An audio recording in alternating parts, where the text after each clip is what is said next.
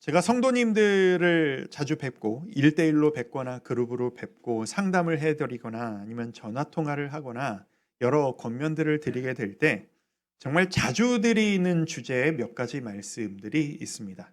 근데 그중에 하나가 뭐냐 하면 저는 사실 이 이야기가 진리에 가까운 이야기라고 생각합니다만 이게 너무 사실이라 솔직히 좀 잔인한 말씀이기는 합니다.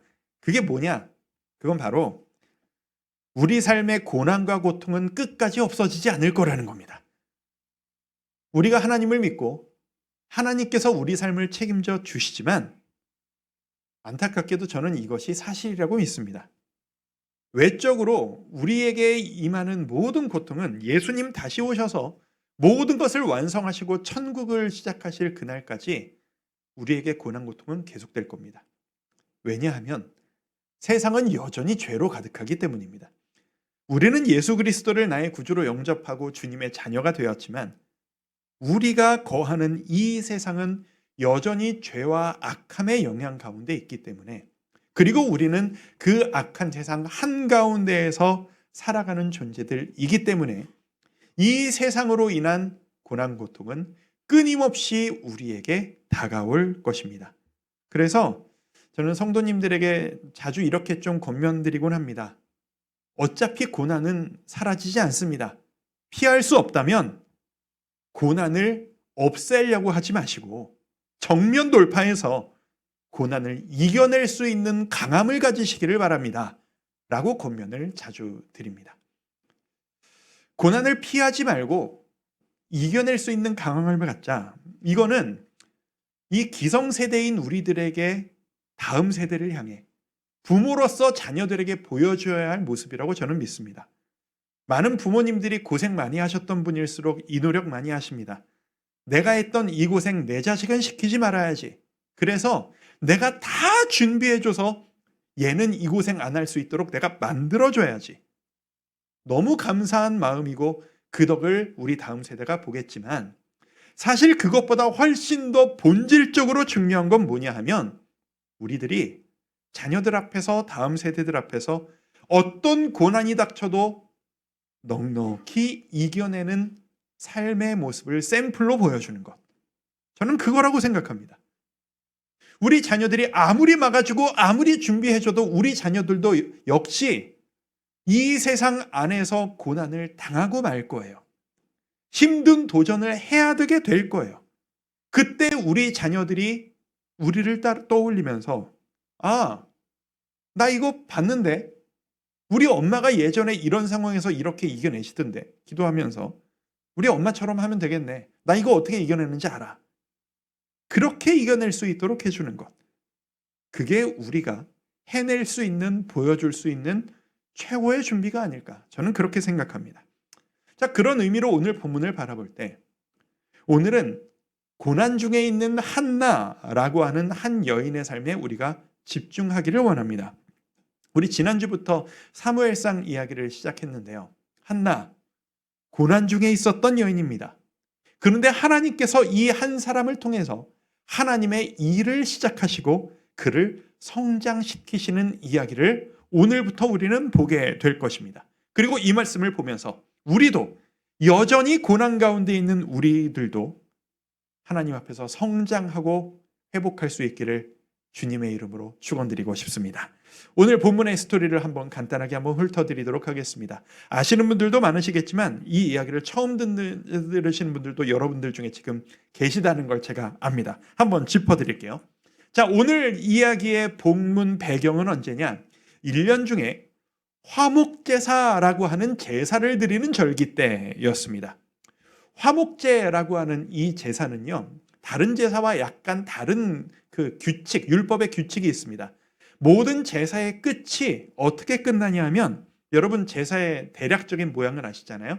가축을 데려다가 죽여서 바쳐서 하나님께 제사를 드리고 이제 바치고 남은 제물이 남아있잖아요. 곧 고기가 남아있잖아요. 그 고기를 제사를 드린 온 가족이 함께 둘러 앉아서 그 고기를 먹는 것으로 화목제사가 끝나요. 그게 바로 화목제입니다. 그 상황에서 오늘 이 일이 일어나는 겁니다. 1장 4절 5절을 한번 읽어보았으면 좋겠는데요. 4절 5절. 4절 먼저 한번 읽어보실까요? 자, 시작. 엘가나가 제사를 드리는 날에는 제물의 분깃을 그의 아내 분인나와 그의 모든 자녀에게 주고. 잠깐 볼까요? 저기에 보시면 제물의 분깃, 이 분깃이 제사를 드린 그 고기를 의미합니다. 제사를 드리고 남은 그 고기를 가족들에게 나눠줘야 똑같이 한 몫씩 1인분씩 나눠주는데 문제는 5절입니다. 5절 한번 읽어보겠습니다. 시작. 한나에게는 갑절을 주니 이는 그를 사랑함이라. 한나에게만 2배를 주는 거예요. 왜? 내가 내 아내를 사랑하니까. 아름다워 보이시나요? 이 엘가나가 남편이 아내를 사랑하는 마음은 진심이었을지 모르겠습니다만 가장으로서 가정의 평화를 지켜내는 지혜는 좀 부족했던 것 같습니다. 제가 보기에. 온 가족이 뻔히 다 쳐다보는 앞에서 첫째 부인 한나를 지금 편애하고 있는 거예요. 그리고 그걸 뻔히 옆에서 둘째 부인 분인나가 눈을 부릅뜨고 째려보고 앉아 있는 겁니다. 질투로 격분을 하게 되는 거죠. 그래서 이런 결과가 나타납니다. 1장 7절 같이 한번 읽어봅니다. 시작. 매년 한나가 여호와의 집에 올라갈 때마다 남편이 그같이 하매 분인나가 그를 격분시키므로 그가 울고 먹지 아니하니. 저 보세요. 매년 여호와의 집에 올라갈 때마다 이게 뭐예요? 1년에 한 번 화목 제사를 드릴 때마다 남편이 그렇게 하매 이 눈치 없는 남편이 자기 감정에만 충실하다고 나는 너를 사랑한다고 줌에 분인나가 격분하는 겁니다. 참 안타까운 현실입니다. 하나님과의 관계를 화목을 회복하겠다고 제사를 드리는 날마다 가정의 화목이 깨지는 겁니다. 하나님 앞에 열심을 내고 사랑의 진심일수록 가족들이 분열되고 격분하는 겁니다. 열심을 가질수록 힘들어지는 이 아이러니 같은 상황. 우리의 삶이 딱 이럴 때 있지 않습니까? 여러분도 그런 경험 있지 않으신가요? 은혜가 되어야 하는 예배가 이상하게 우리 집에서는 이 얘기만 주제만 떠올리면 가정의 분란의 시작이 되고 온 가족 친척들이 함께 모여서 내 평생의 소원이 우리 가족들이 함께 모였을 때 가정 예배 한번 드려보는 게 내 소원인데 우리 오늘 한번 예배 한번 드릴까요? 라고 하면 그때부터 화목하던 가정이 갈라지는 그 모습들. 성경은 정말 보면 볼수록 오늘날 우리가 살아가는 삶의 모습을 있는 그대로 보여주고 투영하는 것 같다고 저는 느낍니다. 자, 이 한나에게 분인나의 그 격분된 질투를 온몸으로 받아냈던 이 한나는 남편의 위로가 하나도 도움이 되지 않았습니다. 사랑하니까 많이 먹어 하나도 맛있지 않았을 겁니다. 그래서 한나는 온 가족들이 먹고 즐거워하는 중에, 왜냐하면 그 당시에는 고기를 먹는 게 흔한 일이 아니었을 테니까요. 그 고기를 먹으며 즐거워하는 중에 혼자 조용히 그 자리를 떴습니다. 9절 말씀. 그들이 실로에서, 이 당시에는 그 예루살렘의 성전이 지어지기 전이었기 때문에 이 예배하는 이 성막이 실로에 있었습니다. 그곳에서 먹고 마신 후에 한나가 혼자 조용히 모두가 왁자지껄 하는 중에 혼자 일어나 나가는 겁니다. 10절. 한나가 마음이 괴로워서 여호와께 기도하고 통곡하며. 성전 앞들이었을 것으로 추정됩니다. 당시 성전 앞들은 여인이 찾아가서 기도하는 것이 허용된 공간이었기 때문입니다. 한나는 거기에서 처절하게 통곡하며 울며 기도합니다. 그리고 그 기도하는 모습을 제사장이라는 사람이 쳐다보고 있습니다. 그런데 이 제사장이라는 사람이 기도하는 한나를 보고 저 여자가 지금 술 취해서 저러고 앉아있구나 라고 생각합니다. 안타까운 현실이죠. 지난주에 제가 이 사무엘상의 배경을 말씀드리기를 이 시대가 삼손의 시대와 동일했던 시대, 그래서 이스라엘 역사상 가장 타락했던 시대라고 제가 말씀드렸었잖아요. 이 엘리 제사장이 이렇게 판단했다라는 것은 우리가 뭘 엿볼 수 있는 거냐면 이 당시가, 이 상황이 성전에 술 취한 사람들이 심심치 않게 오가는 것을 볼 수 있었던 때였던 거구나 라고 우리가 추정할 수 있습니다. 그 정도로 흔들리는 시대였다라는 거죠. 그래서 엘리가 한나를 꾸짖습니다. 술 끊어라! 어디 기도하는데 술 취해서 이렇게 오고 그러느냐? 라고 꾸짖습니다. 사람이 말이죠. 안 그래도 힘든데 위로받고 싶은데 오해까지 받으면 사람이 어떻게 되죠? 격분하게 됩니다. 그동안 쌓였던 모든 감정을 쏟아넣기 마련입니다. 경험 있지 않으세요? 나는 권면한다고 사랑하는 마음으로 얘기했는데 아니 이 사람 왜 이렇게까지 화를 내? 이랬던 적 있지 않으세요? 그럴 때 이런 마음으로 받아주셔야 되는 거예요.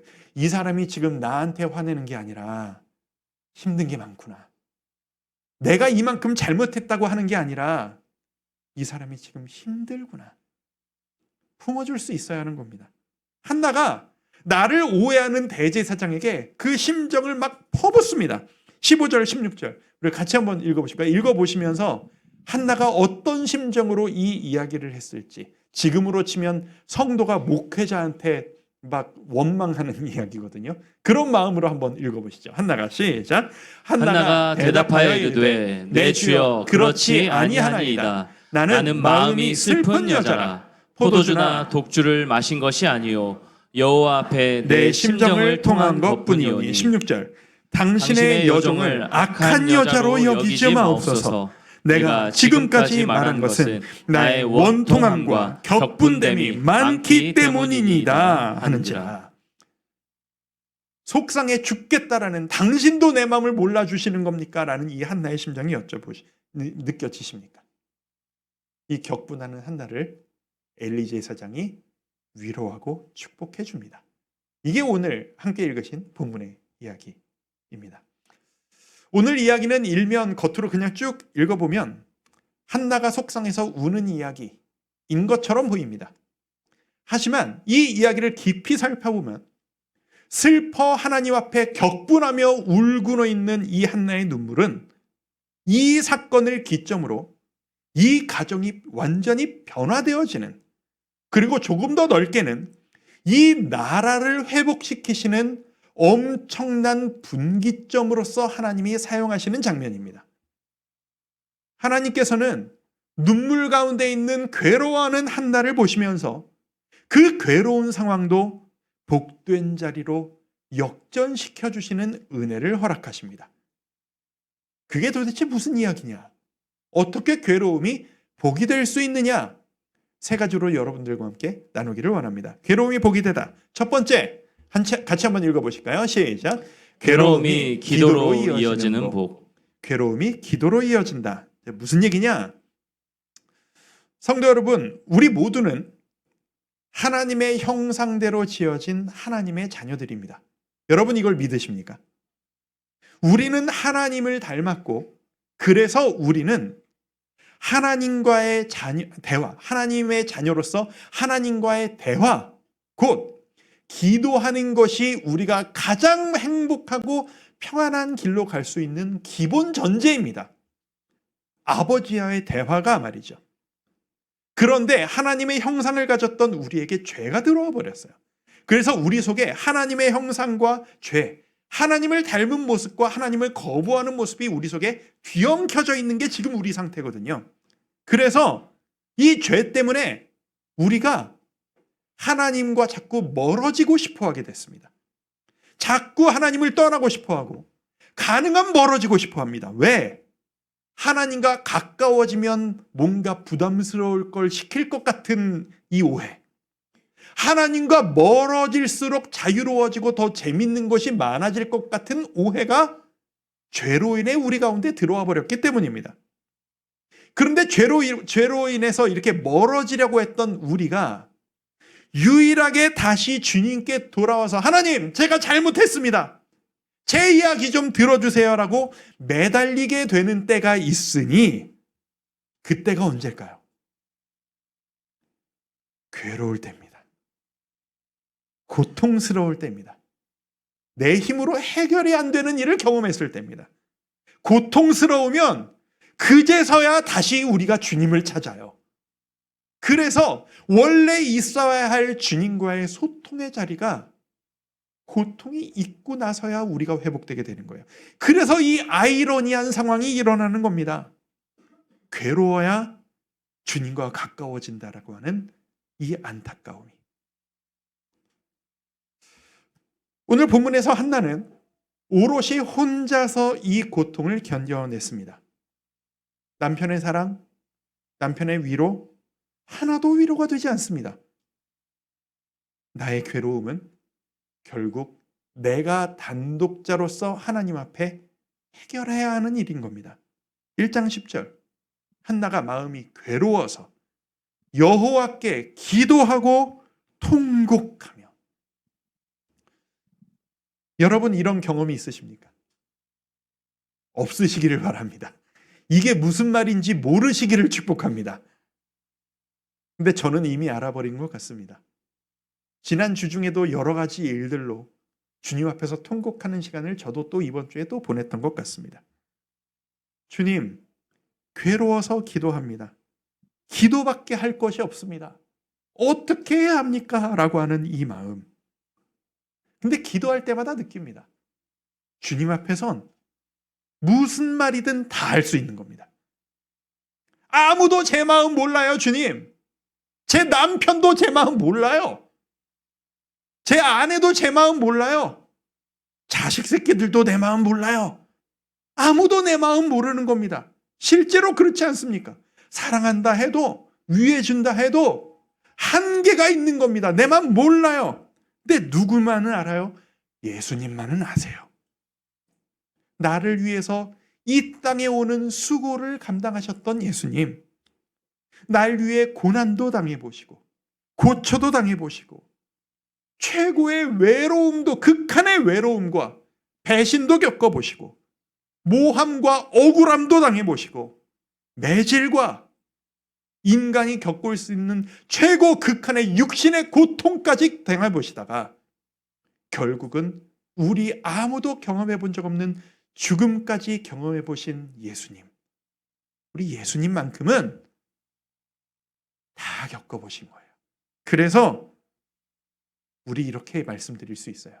예수님, 세상 아무도 제 마음 모르는데 예수님은 제 마음 아시잖아요.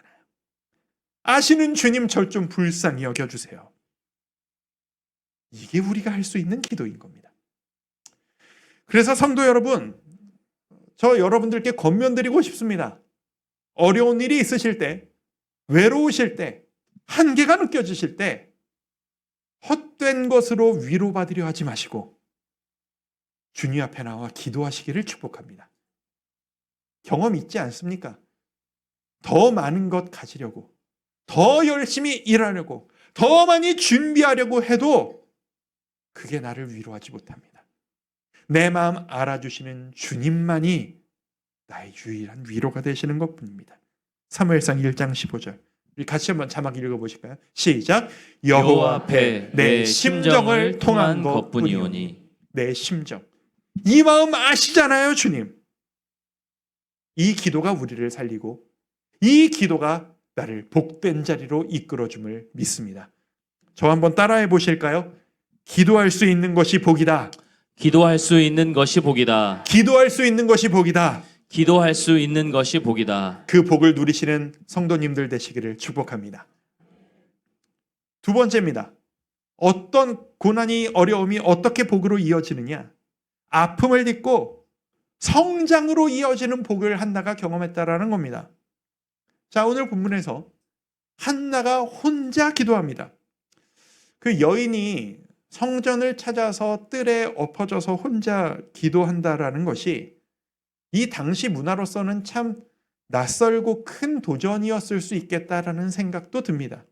그리고 성경을 보시면 짧지 않은 시간을 기도합니다. 많은 대화를 나눈 것이죠. 12절에 보면 이런 기록이 있어요.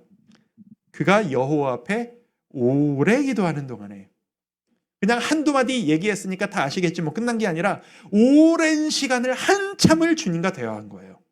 그리고 그 긴 기도 끝에 한나가 당시 아무도 하지 않는 이상한 결단을 하나 합니다.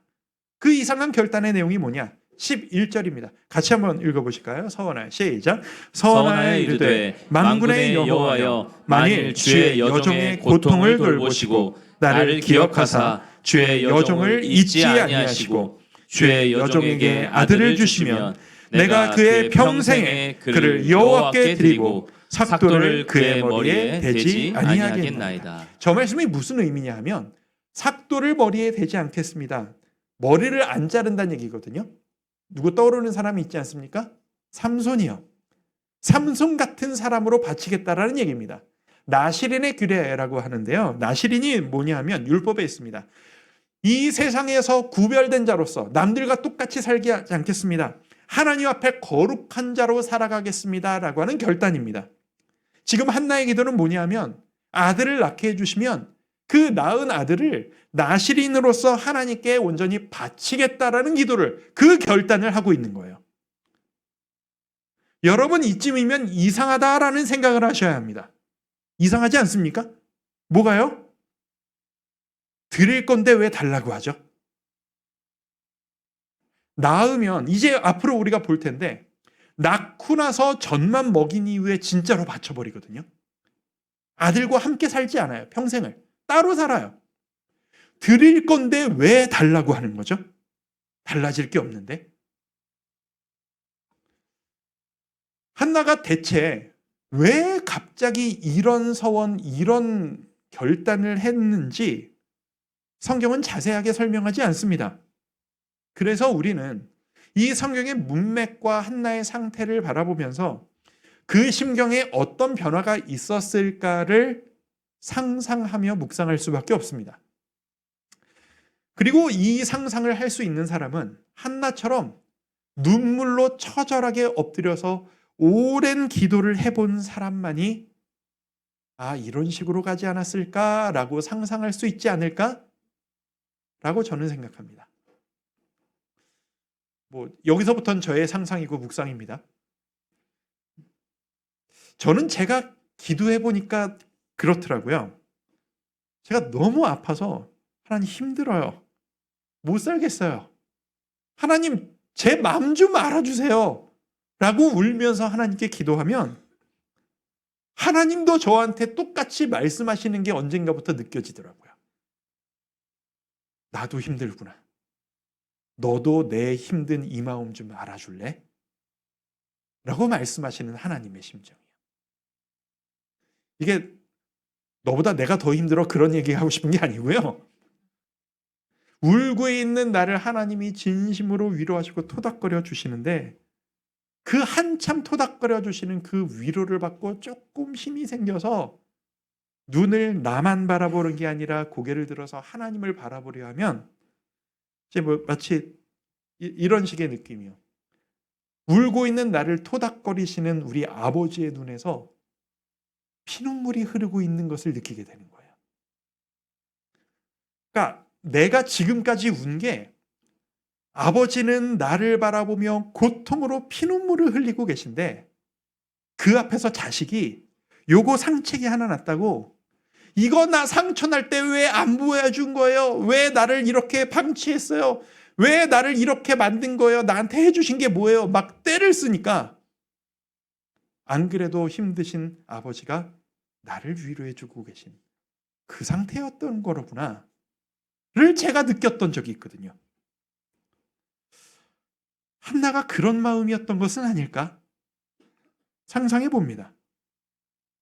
한참을 기도하는데 한나에게 하나님의 심정이 느껴지기 시작하는 거예요.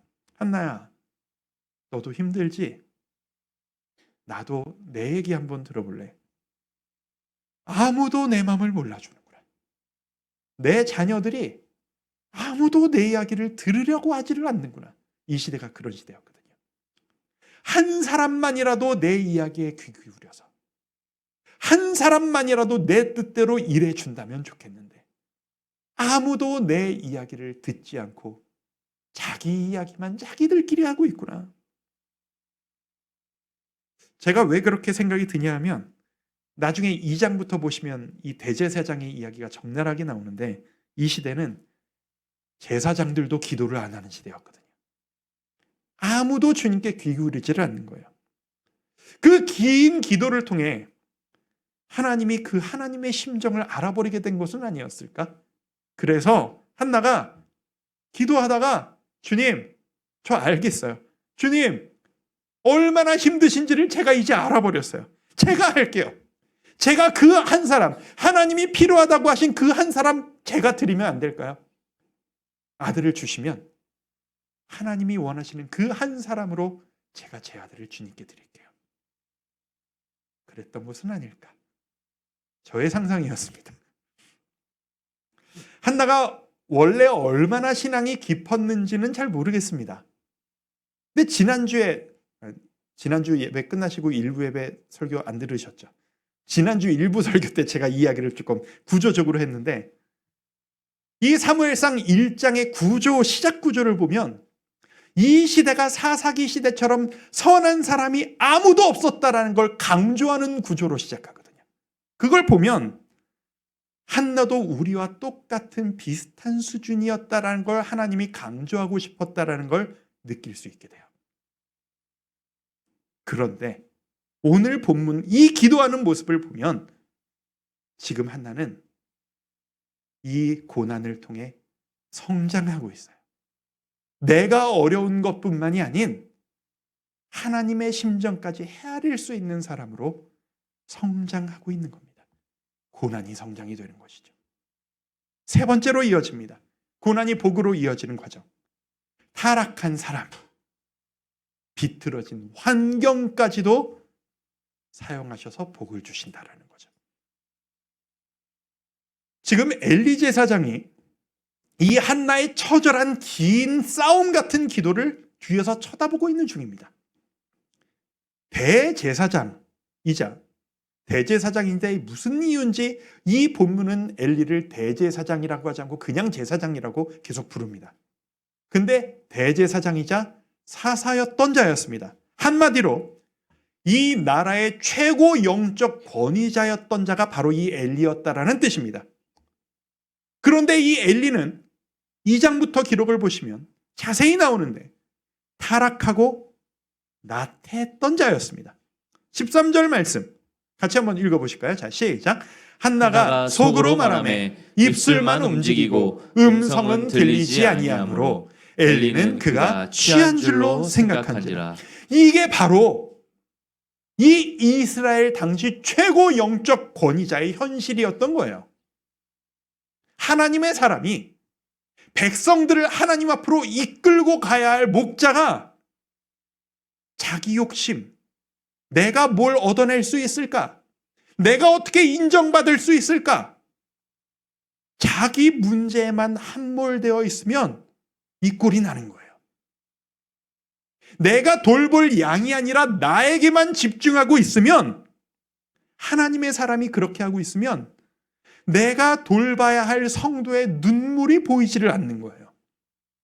성도는 지금 피눈물을 흘리고 통곡을 하고 있는데 하나님의 사람이라는 자가 그걸 바라보면서 아우 저 사람은 또 뭐냐, 술 취해가지고 와가지고 힘들게 거기 또 술 마시고 와서 뭐 하는 겁니까?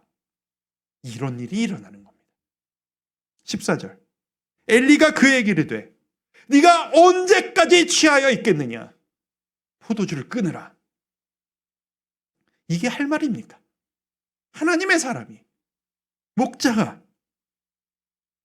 저는 요즘 이 사무엘상을 계속 요즘 많이 보면서 이 엘리 제사장과 이 두 아들, 곧 등장할 두 아들들을 바라보면서 끊임없이 반성합니다. 저 스스로를 돌아봅니다. 혹시 내가 지금 이러고 있지는 않은가? 혹시 성도 여러분, 저 때문에 이렇게 힘들어 하셨던 적이 있으신 분은 없으신가요? 죄송한 마음입니다. 원하는 것은 아니었는데 저의 부족함 때문입니다. 우리 교역자들, 우리 순장님들, 우리 바나바를 비롯한 우리 주일학교 선생님들은 다 밑에 지금 내려가셨으니까 사람들을 이끌고 책임지셔야 되는 자리에 있으신 분들, 우리 냉철하게 스스로를 돌아봐야 합니다. 내가 지금 이 엘리 같은 짓을 하고 있지는 않나. 나의 위안 내가 얻어낼 것을 생각하느라 내가 만나는 이 성도의 피눈물을 바라보지 못하고 있는 것은 아닌가. 지도자가 성도의 눈물을 헤아리지 못하면 성도는 몇 배의 상처를 곱배기로 받습니다. 경험들 있지 않으십니까? 이전에 하나님의 일꾼들로 인해 받은 상처가 너무 커서 거처를 옮기실 수밖에 없었던, 그것을 회복하기까지 너무 오래 걸린 시간이 있으셨던 성도님들 지금 이 자리에도 너무 많지 않으십니까? 하나님의 위로와 회복이 있으시기를 축복합니다. 그리고 저로 인해 힘드셨던 분이 있으시다면 진심으로 사과드리고 싶은 마음입니다. 그래서 영적 지도자의 자리란 무거운 자리입니다. 함부로 나의 유익과 나의 즐거움을 위해, 나의 자아 실현을 위해 함부로 하겠다고 달려들 일은 아닙니다. 오죽하면 이런 말씀이 다 있겠어요. 야고보서 3장 1절에 보면 이런 이야기가 있습니다. 같이 한번 읽어보실까요? 시작. 내 형제들아 너희는 선생된 우리가 더 큰 심판을 받을 줄 알고 선생이 많이 되지 말라. 이게 무슨 말인지 아시겠어요? 사람들을 책임지는 자리에 서는 사람에겐 하나님이 훨씬 더 높은 기준을 들이대시겠다라는 겁니다. 그러니 내 욕심으로 함부로 그 자리 가지 말아라. 근데 여러분, 혹여나 부족한 지도자들 때문에 상처 입으시고 힘드셨던 여러분들, 제가 꼭 드리고 싶은 말씀이 하나 있습니다. 그 부족한 지도자를 통해서도 하나님은 일하신다라는 겁니다. 그러니까 지금 제가 드리고 싶은 말씀은, 그 사람을 따랐어야 한다는 얘기인가? 그걸 못 견디고 순종하지 못한 내가 잘못했던 건가? 그 얘기를 드리고 싶은 게 아닙니다. 우리 전능하신 하나님은 그 상황을 통해서도 원하시는 바를 이루시는 능력의 하나님이시라는 얘기를 하고 싶은 겁니다.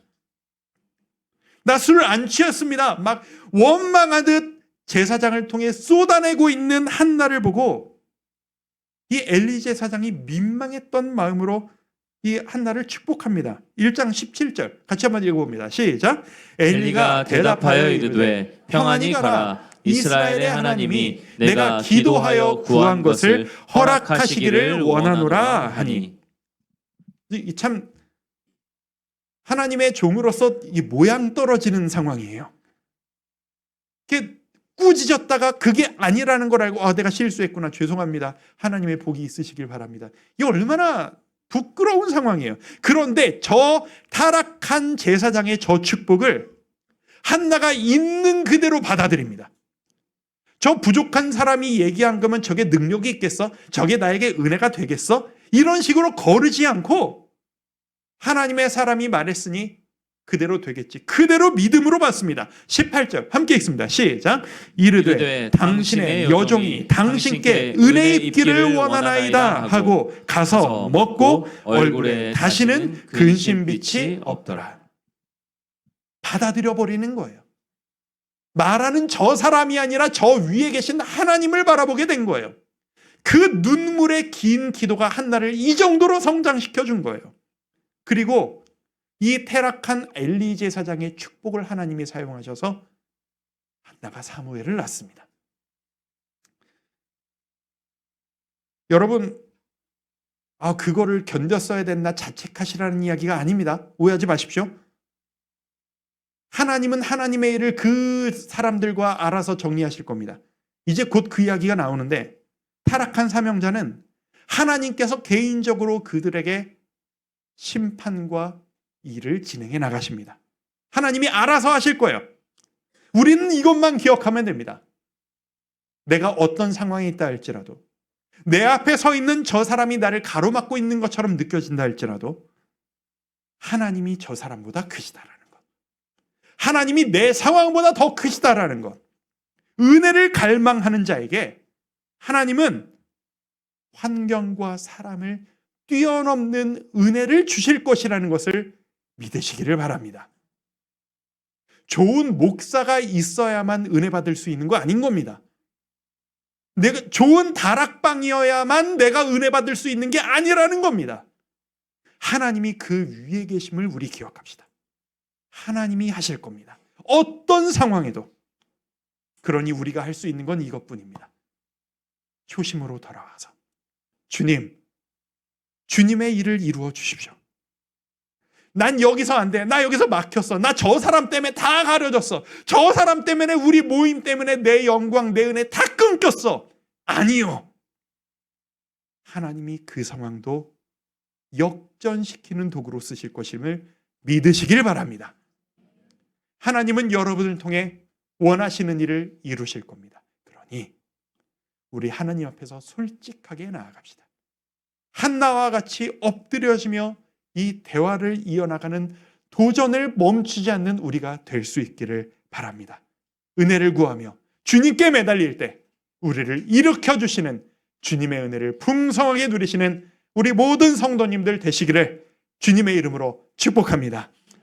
오늘 여러분들과 이 찬양을 나누고 싶었습니다. 주중에 우리 시니어 모임에서 이 찬양을 오랜만에 했는데 그 뒤로 이 찬양이 계속 저에게 흥얼거려지는 거예요. 나의 등 뒤에서 일어나 걸어라 찬양. 정말 옛날에 많이 불렀던 찬양인데 이 찬양을 하는데 오늘 묵상했던 이 말씀과 오버랩되면서 내가 혼자인 줄 알았는데 주님이 나를 밀고 계셨구나. 혼자 걷고 있는 줄 알았는데 나와 함께 걷고 계셨구나. 내 아들아, 내 딸아, 일어나라. 너 갈 수 있다. 말씀하시는 주님의 위로가 이 찬양과 함께 우리에게 임하기를 소망합니다. 우리 함께 마음과 찬양합니다. 나의 등 뒤에서 나를 도우시는 주, 나의 등 뒤에서 나를 도우시는 주, 나의 인생길에서 나의 인생길에서 지치고 고나여 매일처럼 주저앉고 싶을 때 나를 밀어주시네. 일어나 걸어라. 일어나 걸어라. 내가 새 힘을 주리니. 일어나 너 걸어라. 일어나 너 걸어라. 내 너를 도우리. 나의 등 뒤에서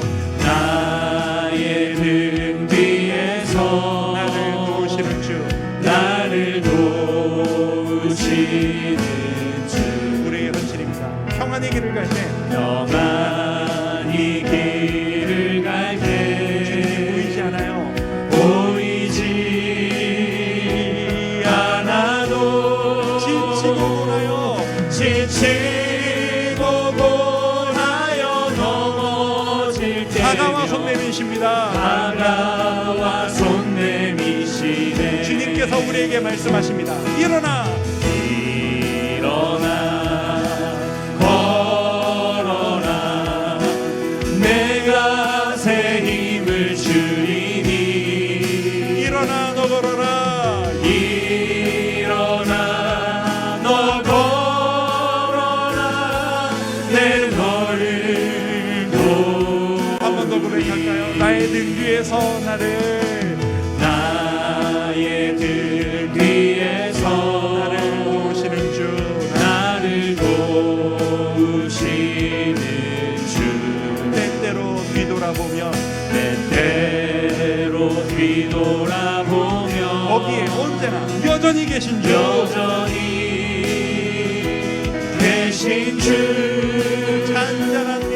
잔잔한 미소로 바라보시며 나를 재촉하시네. 우리를 재촉하십니다. 일어나라고. 일어나 걸어라. 일어나 걸어라. 내가 새 힘을 주리니. 일어나 너 걸어라. 일어나 너 걸어라. 번 더 고백합니다. 일어나 걸어라. 일어나 걸어라. 내가 새 힘을 주리니. 일어나 너 걸어라. 내 너를 도우리. 우리 이 시간 기도할 때 주님이 우리에게 일어나라, 너 할 수 있다라고 말씀하시는 그 말씀에 우리 반응합시다. 주님, 다시 한번 일어서기를 원합니다. 아무도 모르는 나의 고통, 나의 고난, 내 마음의 부딪힘 주님 앞에 내어놓기를 원합니다. 저를 일으켜 주옵소서. 다시 한번 힘내어 주님 앞에 나아가는 주의 일꾼 될 수 있도록 이끌어 주옵소서. 우리 함께 마음 모아 기도하며 나아갑니다. 아버지 하나님, 우리의 마음을 만져주시는 주님, 우리를 붙잡아 주시고 회복시켜 주시기를 원하시는 주님, 우리의 환경과 우리 주위의 사람들과 이 연약함으로 인해 우리의 마음이 흔들리고 쓰러지는 이 순간에도 아버지 하나님만 바라보며 다시 한번 힘내어 일어설 수 있기를 소망합니다. 아버지 하나님, 사람이 나를 이루어지고 가족도 나를 위로하지 못했는데 나를 가장 사랑한다라고 하는 그 존재들로 위로받을 수 없는 그 순간에 우리가 주님만 바라보며 주로 인하여 일어서기를 소망합니다. 나를 가장 사랑하시는 나의 아버지 하나님, 우리가 주님 앞에 우리의 솔직한 심정을 쏟아놓기를 소망합니다. 아버지 하나님과 함께 걸어가는 이 길에 승리를 허락하여 주옵소서. 다시 일어날 힘을 내어 걸어갈 때 내 우리의 마음 가운데 주의 심과 헤아리 그 기도할 수 있으니 허락하여 주시옵소서. 기도할 수 있으니 슬픔 편하여 하나님의 은혜가 되고 고난이 편하여 성장하는 우리 안에 복된 인생 되길 간절히 소망하는데 이미 복된 인생 의지하며 나아갑니다. 아버지 하나님 도와주옵소서. 우리 모두 자리에서 일어나서 찬양합니다. 일어나 너 걸어라.